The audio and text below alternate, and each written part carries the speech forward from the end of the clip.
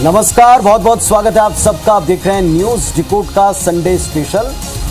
मैं आपके साथ पुनीत पाठक हूं। आपका संडे बड़ा अच्छा बीता होगा, ऐसी उम्मीद हम करते हैं। न्यूज डिकोड के इस स्पेशल एडिशन में आज हम जिन मुद्दों की तह तक जाने की कोशिश करने वाले हैं वो मुद्दे बेहद जरूरी हैं और हम ये कहेंगे कि आपको आज का संडे स्पेशल एडिशन जरूर देखना चाहिए। वैसे अभी साल 2022 चल रहा है और अगला लोकसभा चुनाव 2024 में होना है, यानी अभी तकरीबन 2 साल का वक्त इसमें बचा है और 2024 ही वो साल भी होगा जब देश के प्रधानमंत्री नरेंद्र मोदी अपने 10 साल का कार्यकाल बतौर पीएम यानी प्रधानमंत्री के तौर पर पूरा करेंगे। 10 साल का कार्यकाल 2024 में पूरा हो रहा है और अगले लोकसभा चुनाव में भी अभी बीच में 2 साल हैं। 2 साल का वक्त इसमें बचा हुआ, लेकिन अभी से आप देखें तैयारियों की, जमावट की, रणनीतियों की, मीटिंग्स की सुगबुगाहट आप देख भी पा रहे होंगे और समझ भी पा रहे होंगे। यह सुगबुगाहट हो कहां रही, क्यों हो रही और आखिर सुगबुगाहट का क्या नतीजा निकलेगा, इसी को आज हम संडे स्पेशल के अपने पहले सेगमेंट में विस्तार से आपके सामने डिकोड करने वाले हैं। राजनीति शास्त्र को जानने समझने वाले किसी महान विचारक ने यह लिखा है, कहा है कि राजनीति एक सर्वसमावेशी प्रक्रिया है जिसमें जनता की सूक्ष्म छलनी से गुजरना पड़ता है। इसके बदलते परिदृश्य में हर राजनीति करने वाले को सतत संघर्ष, परिश्रम और परीक्षाओं से गुजरना पड़ता है। जन भावनाओं से जुड़कर जन आकांक्षाओं पर खरा उतरकर ही सही अर्थों में राजनीति संभव है। तो ये अगर आप समझते हैं तो आप सतत संघर्ष और मेहनत, जन आकांक्षाओं पर खरा उतरना, इन सबको भी अच्छी तरह परख पाएंगे, समझ पाएंगे। सवाल यह है कि क्या विपक्ष ऐसा कर पा रहा है या आने वाले वक्त में क्या प्रयासों से ऐसा कर पाएगा। हम क्यों ऐसा कह रहे हैं, इसका एक ठोस कारण। प्रधानमंत्री मोदी बीते कुछ दशकों की राजनीति में एक ऐसे राजनेता के तौर पर उभरे जिनके सामने विरोधी हथियार डालते नजर आते हैं और वो भी एक बार नहीं बल्कि कई दफा। बीजेपी ने खुद को इलेक्शन मशीन में तब्दील कर लिया है। एक चुनाव के खत्म होते ही भारतीय जनता पार्टी फौरन अगले चुनाव की तैयारी में या किसी और स्टेट में एक्टिव दिखती है। जब विपक्ष एक चुनाव की थकान मिटा रहा होता है तो बीजेपी के नेता अगले चुनाव की या किसी अन्य स्टेट के चुनाव की रणनीति में व्यस्त हो जाते हैं। आज हम बीजेपी की ताकत, विपक्ष की मजबूरी, मोदी का मैजिक और विपक्ष के सामूहिक एकता जिसका दावा एक बार फिर हो रहा है, कुछ कवायद है, इसको डिकोड करेंगे। लेकिन ऐसा करने से पहले एक रिपोर्ट आप तक पहुंचाते हैं। जरा ये रिपोर्ट देखें, फिर चर्चा आगे बढ़ाएंगे।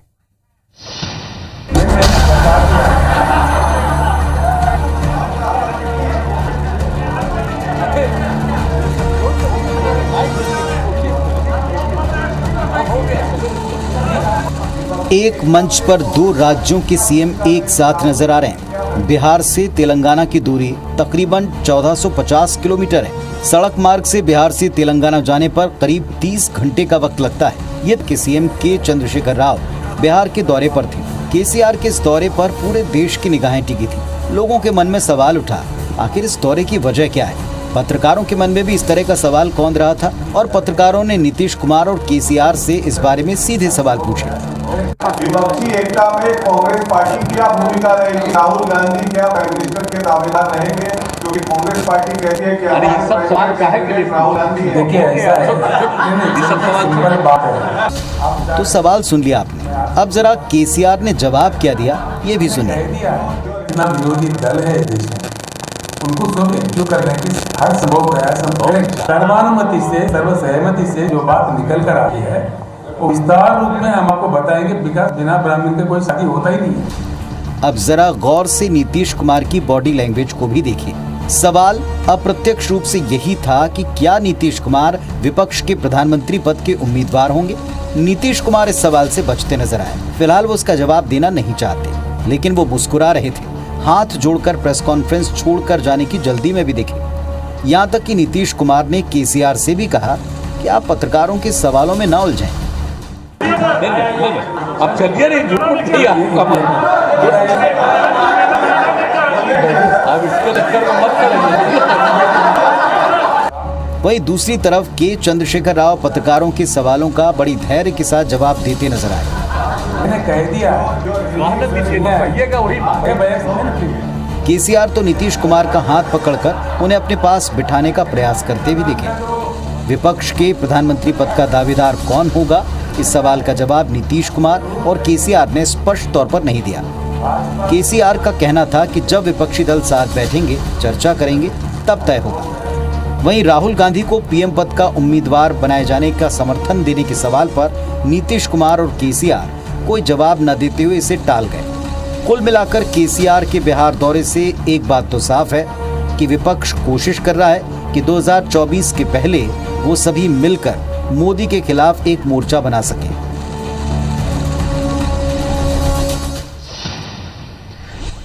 तो ये तस्वीर जब सुर्खियों में आई थी तो आपने खबरों में देखा होगा, और कहते हैं कि एक तस्वीर 1000 शब्दों से ज्यादा संकेत दे जाती है, चीजों को साफ कर जाती है। तो अब सवाल ये उठता है कि आखिर विपक्ष के सामने ऐसी क्या मजबूरी कि समूचे विपक्ष को एकजुट होने के बारे में कवायद करनी पड़ रही। चलिए इसी बहाने जो मोदी मैजिक कहा जाता है इसको भी हम डिकोड करते हैं। इसमें कोई शक या दो राय नहीं है कि आजादी के बाद से अगर हम सर्वाधिक लोकप्रिय प्रधानमंत्रियों की चर्चा छेड़ेंगे तो उसमें प्रधानमंत्री नरेंद्र मोदी का स्थान काफी महत्वपूर्ण होगा। प्रधानमंत्री नरेंद्र मोदी ने अपने आप को एक जननेता के तौर के ऊपर पूरी तरह स्थापित किया है। आम लोगों में नरेंद्र मोदी की छवि एक राष्ट्रवादी प्रधानमंत्री के तौर पर स्टैब्लिश हो चुकी है। नरेंद्र मोदी वाक कला और उन्हें विरोधियों से काफी ऊपर और अलग करते हैं। नरेंद्र मोदी चुनावी रणनीति बनाने के महारथी हैं, यह हम कई दफा महसूस कर चुके हैं। आम लोगों की नब्ज को भांपने में प्रधानमंत्री मोदी का कोई सानी नहीं। राष्ट्रीय स्तर पर बस एक कांग्रेस पार्टी है जो बीजेपी को टक्कर दे सकती है, लेकिन कांग्रेस पार्टी की मौजूदा स्थिति जो है वो देश के सामने बड़ी कमजोर सी है, बिखरी बिखरी सी है। 2019 के लोकसभा चुनाव में कांग्रेस पार्टी महज 52 सीटें ले पाई थी, 52 सीटों पर सिमट गई, जबकि भारतीय जनता पार्टी 303 सीटें ले पाई। बाकी क्षेत्रीय दल बीजेपी के आसपास कहीं फटकने तक का सोच नहीं सकते। और ऐसे में विपक्षी दलों को अगर पीएम मोदी को टक्कर देनी है तो उनको आपस में हाथ मिलाना पड़ेगा, अभी से रणनीति बनानी पड़ेगी, और इसकी तैयारी अंदर खाने अभी से शुरू हो चुकी है। यानी कुल मिलाकर आप कह सकते हैं कि आने वाले वक्त के लिए अभी से ये दल अगर सोच रहे हैं, आगे बढ़ रहे हैं, तो इसका बड़ा कारण है मोदी मैजिक। 17वीं लोकसभा के गठन के लिए भारतीय आम चुनाव देश भर में 11 अप्रैल से 19 मई 2019 के बीच में 7 चरणों में आयोजित कराए गए थे। चुनाव के नतीजे 23 मई को घोषित किए गए थे, याद होगा आपको, जिसमें भारतीय जनता पार्टी ने 303 सीटों पर शानदार जीत दर्ज की और अपने पूर्ण बहुमत को बरकरार रखा। और भारतीय जनता पार्टी के नेतृत्व वाले गठबंधन ने 353 सीटों के ऊपर जीत दर्ज की। इस तरह बीजेपी ने 37.36% वोट प्राप्त किए पूरे देश में, जबकि एनडीए का अगर आप संयुक्त वोट शेयर देखें तो वो 60% से ऊपर 60.37 करोड़ वोटों के साथ 45% का रहा। कांग्रेस पार्टी ने 52 सीटें जीती और कांग्रेस के नेतृत्व वाले गठबंधन ने मात्र 92 सीटें प्राप्त की।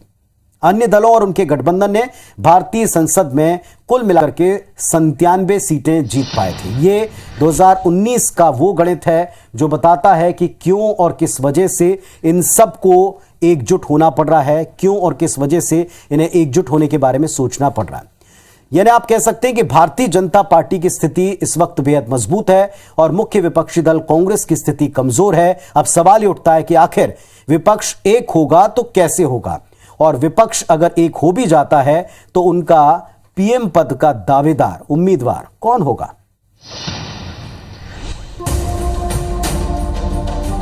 पिछले दिनों नीतीश कुमार फिर चर्चा में आ गए थे। चर्चा में आने की वजह थी उनका एनडीए नेशनल डेमोक्रेटिक अलायंस को छोड़ने का फैसला, सीएम पद से इस्तीफा देना और महागठबंधन की सरकार के मुखिया के तौर पर फिर से सीएम पद की शपथ लेना। कहने का मतलब ये कि सीएम नीतीश कुमार ने बीजेपी का दामन छोड़ दिया है और आरजेडी कांग्रेस से हाथ मिला लिया है। जाहिर सी बात है कि इसके बाद नीतीश को अपने फैसले का बचाव करना था, उन्होंने किया भी और बीजेपी पर जमकर हमला किया। सब लोगों की इच्छा यही हुई है कि हम लोगों को एनडीए छोड़ देना चाहिए। तो जैसे ही एनडीए छोड़ने का निर्णय सब लोगों की था की, तो हमने उसी को स्वीकार कर लिया और आकर के यहाँ जो एनडीए की सरकार में हम मुख्यमंत्री थे, हमने मुख्यमंत्री पद से इस्तीफा सौंप दिया। इसके बाद बीजेपी ने भी नीतीश कुमार पर कई हमले बोले। लेकिन इस पूरे घटनाक्रम ने एक बात का शोर मचा दिया कि नीतीश कुमार अगले लोकसभा चुनाव में विपक्ष का मजबूत चेहरा हो सकते हैं। नीतीश कुमार ने भी आज तक प्रधानमंत्री पद का दावेदार बनने पर कोई स्पष्ट जवाब नहीं दिया है। केसीआर का बिहार दौरा बताता है कि विपक्ष एक होने की कोशिश तो कर रहा है। अब बात दूसरे प्रबल उम्मीदवार की, तो भला पश्चिम बंगाल की सीएम ममता बनर्जी को कैसे नजरअंदाज किया जा सकता है। पिछले कुछ सालों में ममता बनर्जी पीएम मोदी की कट्टर विरोधी के तौर पर खुद को दर्ज करा चुकी हैं। पिछले विधानसभा चुनाव में बंगाल में बीजेपी ने अच्छा प्रदर्शन किया, लेकिन फिर भी ममता बनर्जी से सत्ता छीन नहीं पाए। यानी ममता बनर्जी भी विपक्ष के पीएम पद की दावेदार हो सकती हैं। अब तीसरे दावेदार की बात करते हैं।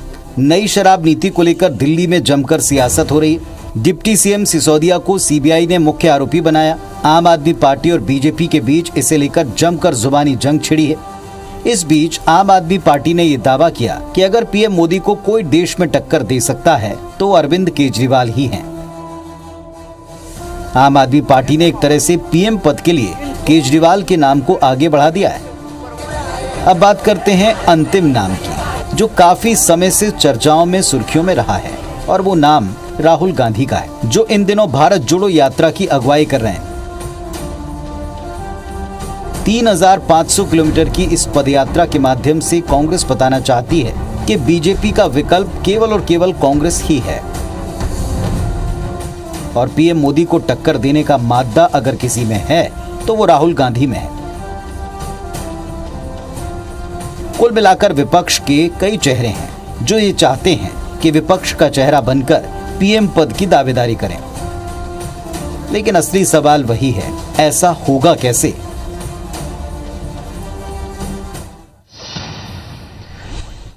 तो क्या नीतीश बाबू होंगे, क्या राहुल गांधी होंगे, क्या ममता दीदी होंगी, या फिर केजरीवाल जैसा उनकी पार्टी कहती है।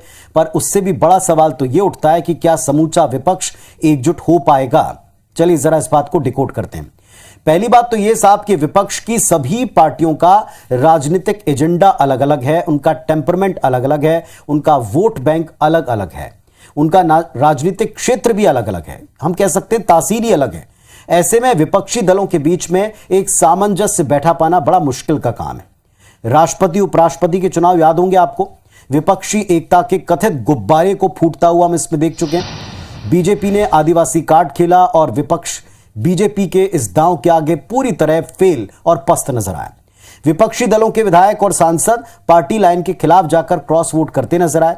बीजेपी यह दावा करती है कि वो दुनिया की सबसे बड़ी पार्टी है, और इस बात को मानना पड़ेगा कि विचारधारा और संगठन के स्तर के ऊपर बीजेपी बाकी के दलों से काफी ऊपर और मजबूत है।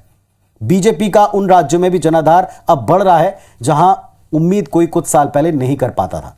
पश्चिम बंगाल इसका सबसे बड़ा उदाहरण है। भले ही सत्ता से चूक गए, लेकिन वहां धमक तो दिखी। एक और महत्वपूर्ण बात यह, बीजेपी के पीछे राष्ट्रीय स्वयंसेवक संघ जैसा संगठन है। आप इसे गाड़ी की चेचिस की तरह देख पाएंगे।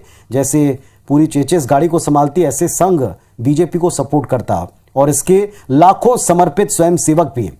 इसे भी विश्व का सबसे बड़ा गैर राजनीतिक संगठन माना जाता है। आरएसएस का साथ बीजेपी की सबसे बड़ी ताकत है। और सबसे महत्वपूर्ण बात जिसका जिक्र किए बिना यह सेगमेंट पूरा नहीं हो पाता, वो बात यह है साहब कि नरेंद्र मोदी भारतीय जनता पार्टी के आम कार्यकर्ताओं के एक सर्वमान्य लीडर बन चुके हैं। उनकी छवि हिंदू हृदय सम्राट के तौर के ऊपर स्थापित हो चुकी है। एक राष्ट्रवादी प्रखर नेता के तौर पर वो स्टैब्लिश हो चुके हैं। आप माने या ना माने, देश में हिंदुत्व की विचारधारा देश की राजनीति को प्रभावित करने वाले सबसे प्रमुख विचारधाराओं में से एक है। और इस विचारधारा और पीएम मोदी के बरक्स कौन सी विचारधारा, कौन सा लीडर कामयाब हो पाएगा, इस पर मनन करने की आवश्यकता है। और सबसे बड़ा सवाल यही है कि वो कौन सा सीमेंट होगा जिससे विपक्षी दल एक दूसरे से जुड़ पाएंगे। क्या अपने राजनीतिक हितों का समझौता कर पाएंगे विपक्षी दल? क्या एक चेहरे पर सभी दल एक हो पाएंगे? देखना होगा। दावे तो अभी इस तरह के हैं, कुछ कोशिशें प्रयास भी हैं, लेकिन आपके साथ हम भी देखेंगे कि दरअसल इसमें क्या होता है, किस तरीके से आप विपक्ष को एक होता देख पाते हैं। और इसकी सुगबुगाहट अभी से शुरू हो चुकी है, जिसका जिक्र हमने अपने पहले सेगमेंट में किया और विस्तार से इस चीज को डिकोड किया।